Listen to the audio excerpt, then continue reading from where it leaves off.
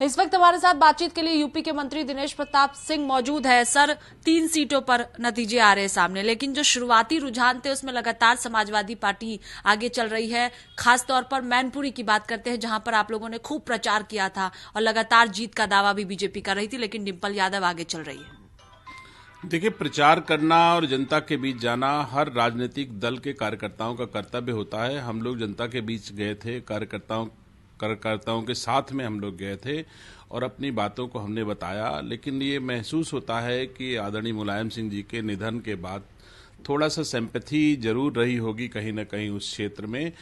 कोई ऐसा काम डिंपल यादव जी अथवा अखिलेश यादव जी ने नहीं किया है जिनके आधार पर मैं कह सकूं कि वहां उनको बहुमत मिल रहा होगा। लेकिन अगर मुलायम सिंह जी के निधन की सिंपैथी मैं जरूर महसूस करता हूं कि उसका असर होगा। मैनपुरी की बात करें तो मुलायम सिंह यादव की वजह से आप कह रहे हैं कि असर हो रहा है, इसी वजह से डिंपल यादव आगे चल रही हैं। लेकिन रामपुर खतौली की बात करें, खतौली सीट बीजेपी की थी, लेकिन उसके बावजूद भी लगातार जो समाजवादी पार्टी गठबंधन है, आरएलडी के प्रत्याशी मदन भैया आगे चल रहे हैं। रामपुर में जिस तरह से आजम खान ने इमोशनल कार्ड खेला था और लगातार वो कह रहे थे कि उनके ऊपर किस तरह से यूपी सरकार फंसा रही है, आपको लग रहा है कहीं ना कहीं जनता आजम खान के साथ गई है और इधर मदन भैया आगे चल रहे हैं? नहीं, आजम खान के पास साथ जनता नहीं है। ये निसंदेह अभी मैं कह सकता हूं कि रामपुर और खतौली में भारतीय जनता पार्टी जीतेगी, वहां कोई दुविधा नहीं है। अभी परिणाम पूरे आने दीजिए। रुझान के आधार पर यह नहीं कहा जा सकता कि वहां पर रामपुर की जनता आजम खान जी के साथ में है। जनता भारतीय जनता पार्टी के साथ में है। इससे थोड़े दिन पहले भी चुनाव हुआ तो भी जनता रामपुर की जनता भारतीय जनता पार्टी के साथ थी। तो मैं कह सकता हूं कि रामपुर की और खतौली की जनता भारतीय जनता पार्टी के साथ है। दोनों विधायक हमारे भारतीय जनता पार्टी के जीतेंगे। लेकिन सर, उम्मीद तो मैनपुरी को लेकर आप लोगों ने किया था।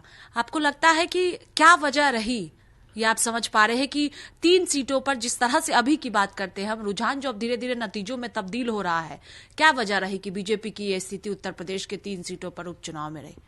देखिए, हमारे देश के यशस्वी प्रधानमंत्री आदरणीय नरेंद्र मोदी जी के नेतृत्व में हम सब काम करते हैं। और अगर ओवरऑल देखा जाए तो अभी गुजरात के चुनाव हो रहे हैं। गुजरात के चुनाव में इतना सीटें और इतने प्रतिशत मत कभी नहीं मिला है जितना इस चुनाव में हो रहा है। तो ये मैं कह सकता हूं कि भारतीय जनता पार्टी में देशवासियों का विश्वास है, भारतीय जनता पार्टी के नेतृत्व पर देशवासियों का विश्वास है।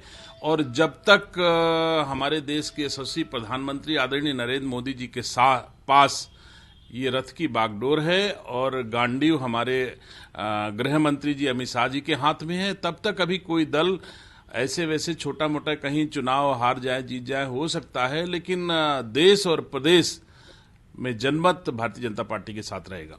बहुत शुक्रिया बातचीत के लिए। देखिए, साफ तौर पर कहना है कि कहीं ना कहीं मुलायम सिंह यादव के निधन के बाद जो है वहां पर लोगों की जो मन है वो कहीं ना कहीं समाजवादी पार्टी की तरफ है। इसी वजह से डिंपल यादव लगातार आगे चल रही हैं, लेकिन जीत की उम्मीद रामपुर और खतौली में अभी भी है। कैमरा पर्सन राहुल के साथ स्वाति पाठक, भारत समाचार, दिल्ली।